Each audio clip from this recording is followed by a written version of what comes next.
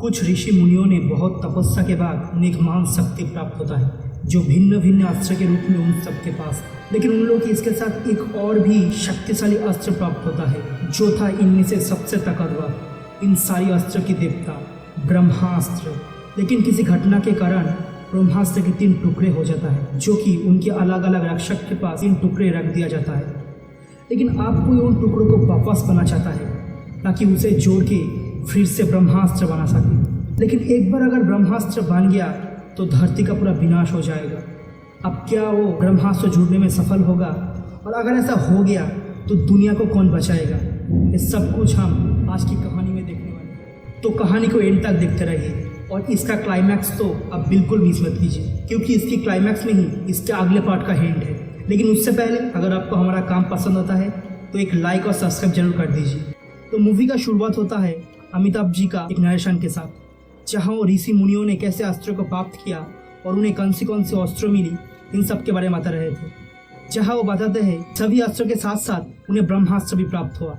लेकिन ब्रह्मास्त्र बहुत ताकतवर था, उससे पूरा दुनिया का विनाश हो सकता था। ब्रह्मास्त्र की तबाही से बचाने के लिए उन लोगों ने अपनी शक्तियों का इस्तेमाल करके ब्रह्मास्त्र को शांत कर दिया। तब से उन लोगों को ब्रह्मांस बुलाने लगे। पीढ़ी दर पीढ़ी अस्त्र की सभी रक्षक इन ब्रह्मास्त्रों से पृथ्वी को बचाते आ रहा है। इसके बाद कहानी प्रेजेंट डे में शिफ्ट होता है, जहाँ इस मूवी का मेन कैरेक्टर शिवा को दिखाया जाता है। वो भी इन सब से जुड़ा हुआ है लेकिन उसे इस सब के बारे में कुछ नहीं पता और इसे जुड़े होने की वजह से उसे कभी कभी कुछ अजीब सपने आता है। ऐसे ही एक सपने में वो देखते हैं मोहन भार्गव नाम की एक विख्यात साइंटिस्ट एक पत्थर के टुकड़े के साथ कुछ कर रहा होता है। अब जब वो ये सब काम कर रहा होता है तभी जोर, जुनून और रफ्तार नाम की 3 लोग उन पर हमला कर देता है। लेकिन वो साइंटिस्ट भी कोई आम इंसान नहीं था, वो इस ब्रह्मांस की नाम की सोसाइटी का एक हिस्सा था और उसके पास वन रास्ता था। और इसके साथ साथ ब्रह्मास्त्र की 3 हिस्से की एक हिस्से की रक्षक भी थे वो, और उसी एक हिस्से के लिए वो लोग यहाँ आए हुए थे, जहाँ उन तीनों के साथ वो साइंटिस्ट का एक घमासान लड़ाई होता है। लेकिन आखिर में उन तीनों ने उस साइंटिस्ट को हरा देता है और उसे बंदी बना लेता है और उसके पास जो ब्रह्मास्त्र के अंश था वो भी ले लेता है। तभी शिवा की आँख खोल जाता है। शिवा इस सपने को इतना सीरियसली नहीं लेता क्योंकि ऐसे सपने उसे हमेशा ही आता है। इसके बाद शिवा एक पार्टी पे जाता है जहाँ वो ईशा से मिलता है और ईशा को देखते ही पहले नज़र में उसे ईशा से प्यार हो जाता है। फिर शिवा ईशा को अपने साथ लेकर जाता है किसी के बर्थडे पार्टी पे, जहाँ वो लोग मिलके एक छोटी सी बच्ची का बर्थडे सेलिब्रेट करता है। वहाँ जाके ईशा को पता चलता है कि एक अनाथालय है और शिवा भी एक अनाथ ही है। तो ईशा शिवा से उसके माँ बाबा के बारे में पूछता है तो शिवा उसे बताते हैं कि उसके बाबा के बारे में वो कुछ नहीं जानता। उसके पैदा होने से पहले ही उसके बाबा गायब था। उसकी माँ ने उसको पाला, लेकिन वो भी चलवा से जब शिवा बहुत छोटा था। उसकी माँ की आखिरी निशानी के तौर पे बस उसके पास एक शंख ही है जिसको शिवा भगवान की तरह पूछता है। वो लोग बस ये सब बातें कर ही रहे होते हैं तभी शिवा को सपने वाला दौरा फिर से पड़ता है, जहाँ वो साइंटिस्ट को फिर से देखते हैं और इन तीनों को भी, जो 7 दिन से साइंटिस्ट को ऐसे ही उन लोगों ने बंदी बना के रखा था, जिसकी वजह से साइंटिस्ट की क्षमता धीरे धीरे कम हो रहा था और वो उन लोगों की वश में आ चुका था। फिर वो लोग साइंटिस्ट से बाकी 2 ब्रह्मास्त्र के हिस्से कहाँ है इसके बारे में पूछता है, जहाँ साइंटिस्ट उसे बताते हैं कि एक हिस्सा उसके दोस्त आर्टिस्ट अनिल शेट्टी के पास है जो कि वाराणसी में है। फिर लोग तीसरे हिस्से के बारे में पूछते हैं, लेकिन वो साइंटिस्ट बहुत कोशिश करके अपनी सारी शक्तियों का इस्तेमाल करके उन लोगों की मायाजाल से बाहर निकल जाता है और ताकि उन लोगों को तीसरे हिस्से के बारे में कुछ न पता चले इसके लिए वो खुदकुशी कर लेता है। इधर जब शिवा की आँख खुलता है तब सुबह हो चुका था। फिर उसे ईशा की याद आता है, तभी वो अपनी चिल्लर पार्टी से ईशा की एड्रेस के बारे में पता करके उसके साथ मिलने जाता है, जहाँ माँ काली की पूजा की इंतजाम चल रहा था। वह जाके शिवा एक पेपर में कल रात को साइंटिस्ट मोहन भार्गव की सुसाइड के बारे में पढ़ता है। ये देख के शिवा पूरी तरह से चौंक जाता है। जो काल वो सपने में देखा था वो कोई सपना नहीं, एक सच था। तो शिवा न्यूज में इसके बारे में और जानने की कोशिश करता है। तभी ईशा आके शिवा से उन सब के बारे में पूछता है, जहाँ शिवा उसे कल रात उसने सपने में जो देखा था वो सब उसे कह देता है। फिर वो लोग लैपटॉप में आर्टिस्ट अनिल शेट्टी के बारे में देखने लगता है और वे वही आदमी था जिसकी झलक शिवा ने कल के सपने में देखा था। तो अब तो तय हो चुका था ये कोई सपना नहीं, एक हकीकत था।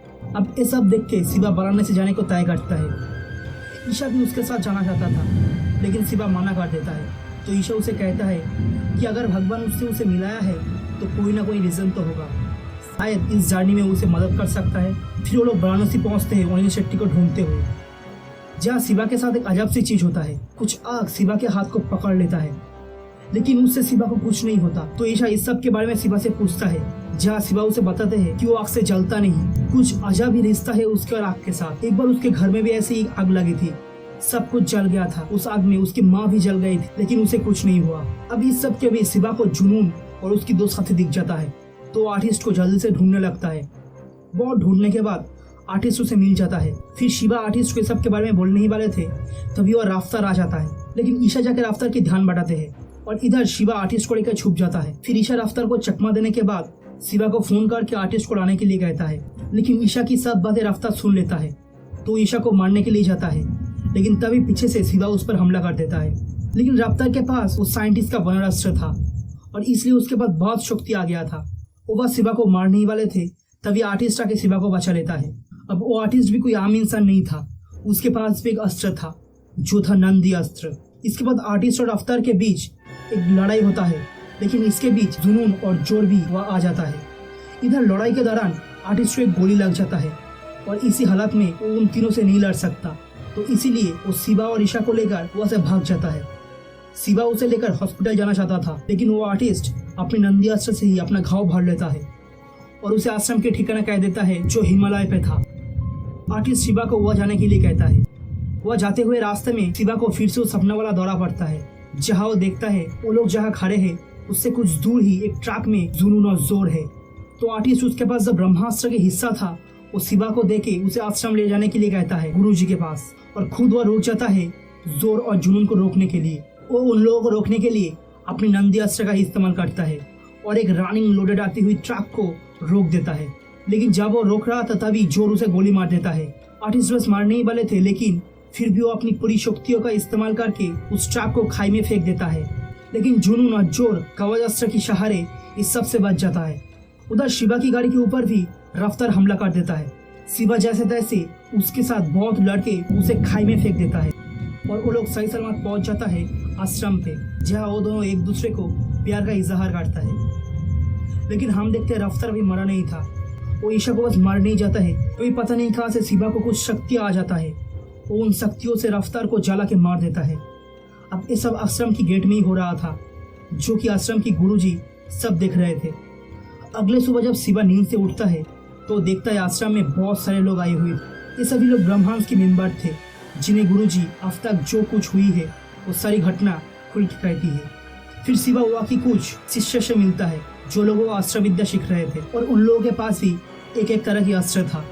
फिर गुरुजी शिवा को बुलाता है और इस जंग में उसे शामिल होने के लिए कहता है, क्योंकि उसके पास भी एक अस्त्र था जो था अग्नि अस्त्र।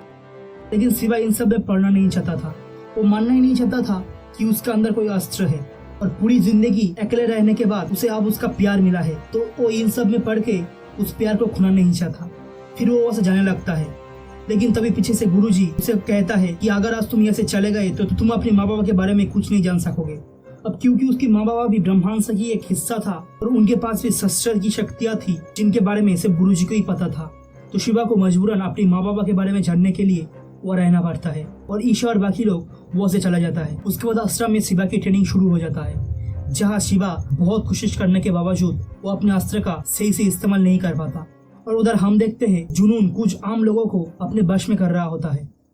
ऐसे ही एक रात फिर से शिवा को सपने आता है, जहाँ वो देखते हैं ईशा उसके घर में है और जोर उस पर हमला कर देता है। लेकिन ईशा इस वक्त वह अकेला नहीं था, उसके साथ ब्रह्मांस के कुछ लोग भी थे। वो लोग अपनी शक्तियों से जोर को बंदी बना लेता है, लेकिन जोर के पास भी अब नंदी अस्त्र आ चुका था, तो वो उन सब से छुड़ा के भाग जाता है। लेकिन इस सब में ईशा बहुत घायल हो जाता है, जो देख के शिवा को ईशा के लिए बहुत टेंशन होता है। फिर वो उसे फोन करता है, जहाँ ईशा उसे कहता है कि वो ठीक है। अब ईशा के लिए शिवा की ये प्यार, उसके अंदर की जो शक्ति था उसे धीरे धीरे जगाने लगता है। फिर शिवा धीरे धीरे उसके अंदर की शक्ति को महसूस करता है और उसे इस्तेमाल करना भी सीख जाता है। लेकिन फिर भी वो ये शक्ति अपने आप पैदा नहीं कर सकता था, इसके लिए उसे कोई सोर्स की जरूरत होती है। अब इस सब के बाद जब गुरुजी को लगा कि शिवा तैयार है, तब वो उसे उसकी माता पिता और ब्रह्मास्त्र की कहानी बताने लगा, जहाँ वो कहता है ब्रह्मास्त्र पहले 3 हिस्से में बटी हुई नहीं थी, वो एक पूरा था और उसे शांत रखने की कर्तव्य ब्रह्मांड की सारी सदस्यों के ऊपर था। उनमें से ही एक था देव, जो था उन सब में से सबसे बड़ा ताकतवर। वो सिर्फ एक अस्त्र का नहीं, 4 अस्त्र का मालिक था, लेकिन उनमें से सबसे ताकतवर था अग्नि अस्त्र। उसकी अग्नि अस्त्र की शक्ति को देखकर सभी लोग उसे अग्निदेव बुलाता था। लेकिन इस सभी अस्त्र का देवता होने के बाद भी उसे ब्रह्मास्त्र के देवता बनना था और उस जुनून ने उसे ब्रह्मांड की मुख्य सदस्यों को हरा के ब्रह्मास्त्र को हासिल कर लिया और ब्रह्मास्त्र को जगा दिया। तब धरती विनाश की कगार पे थी। तभी ब्रह्मांड की उम्मीद की किरण बनते हुए आए अमृता नाम की पवित्र शक्ति। उसके पास था जल अस्त्र। वो अपनी शक्तियों से ब्रह्मास्त्र को तोड़ के 3 हिस्सों में कर देता है, जिसका 2 हिस्सा तो मिला लेकिन 1 हिस्सा कहीं खो गया है। अब ये सब बातें सुन के शिवा गुरुजी से पूछता है, इन सब में से मेरे माँ बाबा का क्या रिश्ता है गुरुजी? तो गुरुजी उसे बताते हैं जो रिश्ता अमृता और देव के बीच में था, यानी प्यार का रिश्ता। देव और अमृता एक दूसरे से बहुत प्यार करते थे, लेकिन अपनी अपनी कर्तव्य और जुनून के लिए एक दूसरे से ही लड़ पड़े। लेकिन ब्रह्मास्त्र की अंत की लड़ाई के दौरान अमृता प्रेग्नेंट थी, यानी शिवा अमृता और देव की ही बेटा था। इसके बाद वो लोग देखता है जुनून गांव की सारी लोगों को अपनी वश में कर चुका था। फिर जुनून जब उन लोगों को देखता है तो जुनून अपनी लोगों से उन लोगों पर हमला करने के लिए बोलता है, लेकिन गुरुजी अपनी प्रभास्त्र का इस्तेमाल करके उन लोगों को चकमा देके वहां से निकल जाता है। शिवा वापस जब आश्रम आता है तो ईशा को देखता है। वो उसे देख के बहुत खुश हो जाता है। जहाँ ईशा शिवा की घर से उसकी माँ की आखिरी निशानी उस शंख को ले आया था। गुरुजी उस शंख को देख के समझ जाता है ये कोई आम शंख नहीं था। जब ब्रह्मास्त्र के 3 टुकड़े हुए तब उसका एक हिस्सा कहीं गुम गया था, ऐसे लोगों को लगता है, लेकिन असल में वो अमृता के पास ही था। वो अपनी मायास्त्र से उस शंख में उस ब्रह्मास्त्र की उस टुकड़े को छुपा देता है और वो तभी खुलेगा जब वो या फिर उसका कोई वंशज की खून उसके ऊपर गिरता है। फिर शिवा अपनी खून की 2 बूंद उसके ऊपर गिराता है और गिराते ही उसमें से तीसरा ब्रह्मास्त्र की हिस्सा बाहर निकल आता है।